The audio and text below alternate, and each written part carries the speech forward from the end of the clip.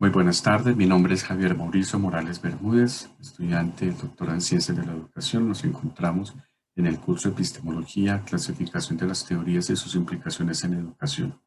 Nuestro tutor es el doctor Gregorio Daniel Ramírez Beltrán y hoy quiero presentar algunas reflexiones en torno a la nueva forma de aprender y de investigar en materia educativa. Para ello he propuesto en la introducción acercarme a la comprensión de la naturaleza, el conocimiento científico y su producción en términos de epistemología, de sus corrientes, del acercamiento frente a esas relaciones de sujeto-objeto, la generación de teorías y el progreso de las ciencias. Estas reflexiones epistemológicas han guiado básicamente y han influenciado también el campo educativo, lo que ha llevado también a hacer una serie de transformaciones en las concepciones de los procesos de enseñanza-aprendizaje y en las prácticas docentes en la escuela. Pues bien, la epistemología, como sabemos, viene del griego episteme, que significa conocimiento, y logos, teoría. De tal suerte que la epistemología, al ser una rama de la filosofía, se encarga precisamente de la teoría del conocimiento, de la generación del conocimiento y su naturaleza. Es importante considerar que hay tres conceptos que permiten el desarrollo de la epistemología, como es el conocimiento, la ciencia y la investigación. Por conocimiento se entiende el proceso mental en el cual tiene lugar la generación de ideas, teorías.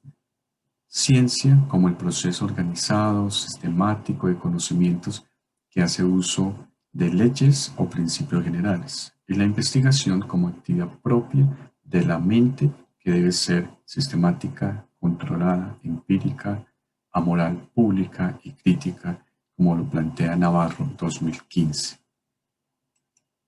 Pues bien, si la epistemología trata sobre la teoría del conocimiento, subyace en ella también un problema sobre el conocimiento, problema del conocimiento que ha sido abordado desde diferentes dimensiones. Por un lado, frente a la pregunta sobre la posibilidad del conocimiento, y allí han surgido diferentes perspectivas como el dogmatismo, el escepticismo, el subjetivismo, el relativismo, el pragmatismo y el apriorismo con respecto precisamente al origen del conocimiento. También se han planteado algunas corrientes como el racionalismo, el empirismo, el intelectualismo y el apriorismo. A su vez, sobre cuál es la esencia del conocimiento, también han surgido una serie de posturas premetafísicas, soluciones metafísicas, soluciones teológicas.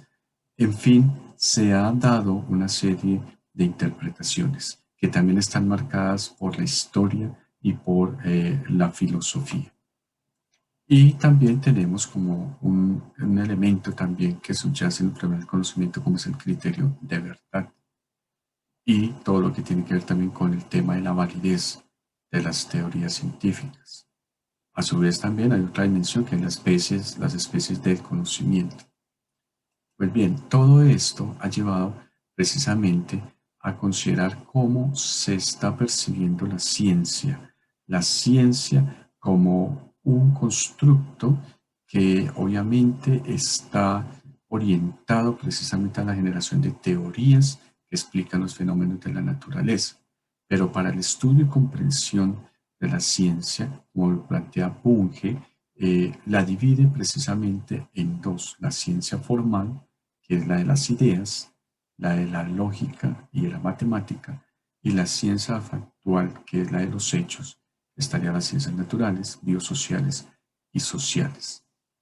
También es importante considerar cómo, desde unas concepciones, digamos, de la epistemología clásica, desde el positivismo, neopositivismo, es decir, se ha tratado de ver la ciencia y su quehacer de diferentes formas.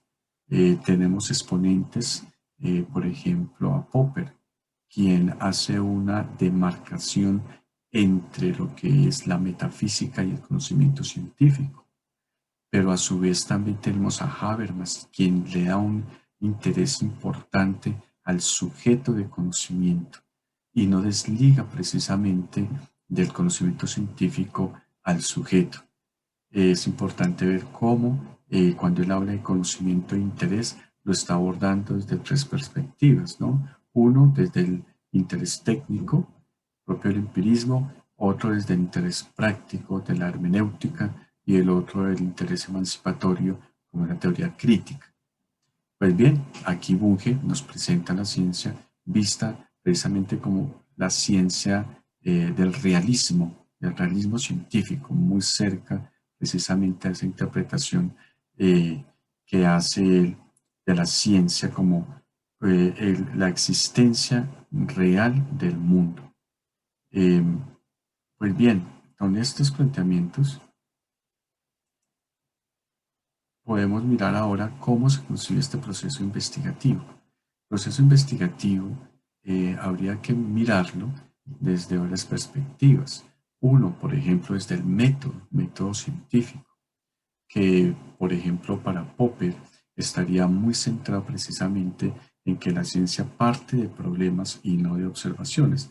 Lo mismo considera que se parte de contextos experimentales, de correlaciones, de mediciones, y que hay algo importante en Popper y es el reconocimiento al conocimiento común y conocimiento científico y la relación precisamente entre el uno y el otro como un proceso precisamente de decantación, depuración y un proceso también en que se muestra cómo se va construyendo estas teorías que se refutan, pero que también, según la epistemología de la falsación, también son sujetas a una comprobación permanente. Por otro lado, también es importante mencionar Habermas cuando precisamente nos habla de la que la realidad es objetiva y que está al margen, digamos, y que no está al margen del sujeto que conoce. Allí también hay un planteamiento interesante en la forma como se aborda el conocimiento, pero también incluye un elemento social muy importante y que se desprende del materialismo histórico. Y Bunge, pues como lo mencionábamos, habla del método científico desde el lanzamiento de esas hipótesis que deben ser confirmadas, aunque se llegue a una hipótesis, no es definitiva. No lo plantea como algo definitivo. Entonces, digamos que aquí vemos perspectivas. Por otra parte, Samaje en 1997 plantea que para comprender el proceso de investigación hay que tener en cuenta tres elementos: el producto, los procedimientos y las condiciones de realidad. El producto es en cuanto al tema de la generación de conocimiento científico que resulta pues, de los componentes teóricos, empíricos. Los procedimientos que se refieren a las acciones de investigación que conducen a descubrimientos de hechos relevantes y a su validez de las regularidades encontradas allí y las condiciones de realización en términos del contexto. Ahora veamos desde esa mirada sintética sobre todo este tema de la epistemología y las formas como se abordando la construcción de conocimiento científico, cómo esto guarda una relación estrecha con el tema educativo desde el punto de vista, por ejemplo, de la investigación. La investigación educativa está permeada también por estas posturas epistemológicas, bien sea desde el positivismo, ya sea desde la corriente interpretativa o desde la corriente crítica. Pues bien, aquí yo quiero presentar, digamos, un reto que hay precisamente en el campo educativo, como es el desarrollo de las habilidades de pensamiento, que bien podría estar inscritas dentro de un modelo pedagógico constructivista, pero que de todas maneras nos invita precisamente a los maestros a revisar de qué manera estamos trabajando con los estudiantes para desarrollar estas habilidades de pensamiento. Hablo en primer lugar de la curiosidad como la posibilidad de explorar el medio físico y natural, del cuestionamiento con el propósito de aumentar precisamente los conocimientos y conocer, obviamente, la información sobre lo desconocido. La argumentación como una actitud activa y crítica, autocrítica y comprometida con las soluciones que se presentan en el entorno, tanto las situaciones como la identificación de problemas, como las posibilidades de búsqueda de soluciones. A su vez está la comunicación no solo desde el punto de vista de desarrollar habilidades comunicativas, sino también aquellas que permiten los consensos entre las personas y la divulgación del conocimiento. Por otro lado está la búsqueda de información, importantísimo en este diálogo de saberes de autores, de teorías, de perspectivas, que se busca que el estudiante también confronte. Y la discusión como ese escenario donde hacemos uso de nuestros argumentos precisamente para poder debatir en torno a concepciones, en torno a perspectivas, en torno a cómo se llega a el conocimiento científico.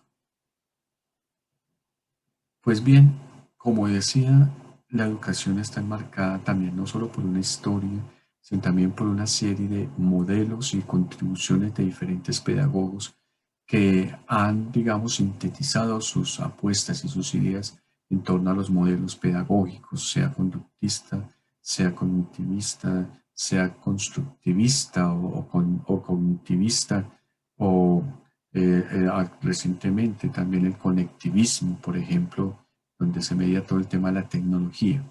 Pues bien, a partir de esos modelos que han estado instaurados durante mucho tiempo en la educación y en las escuelas y en las aulas, pues de ahí se desprenden también formas de acercar el conocimiento, ya sea como transmisión o construcción del mismo. Y se han generado una serie de metodologías de enseñanza-aprendizaje que si las llevamos al terreno actual nos están demandando una serie de innovaciones precisamente en torno a estos procesos.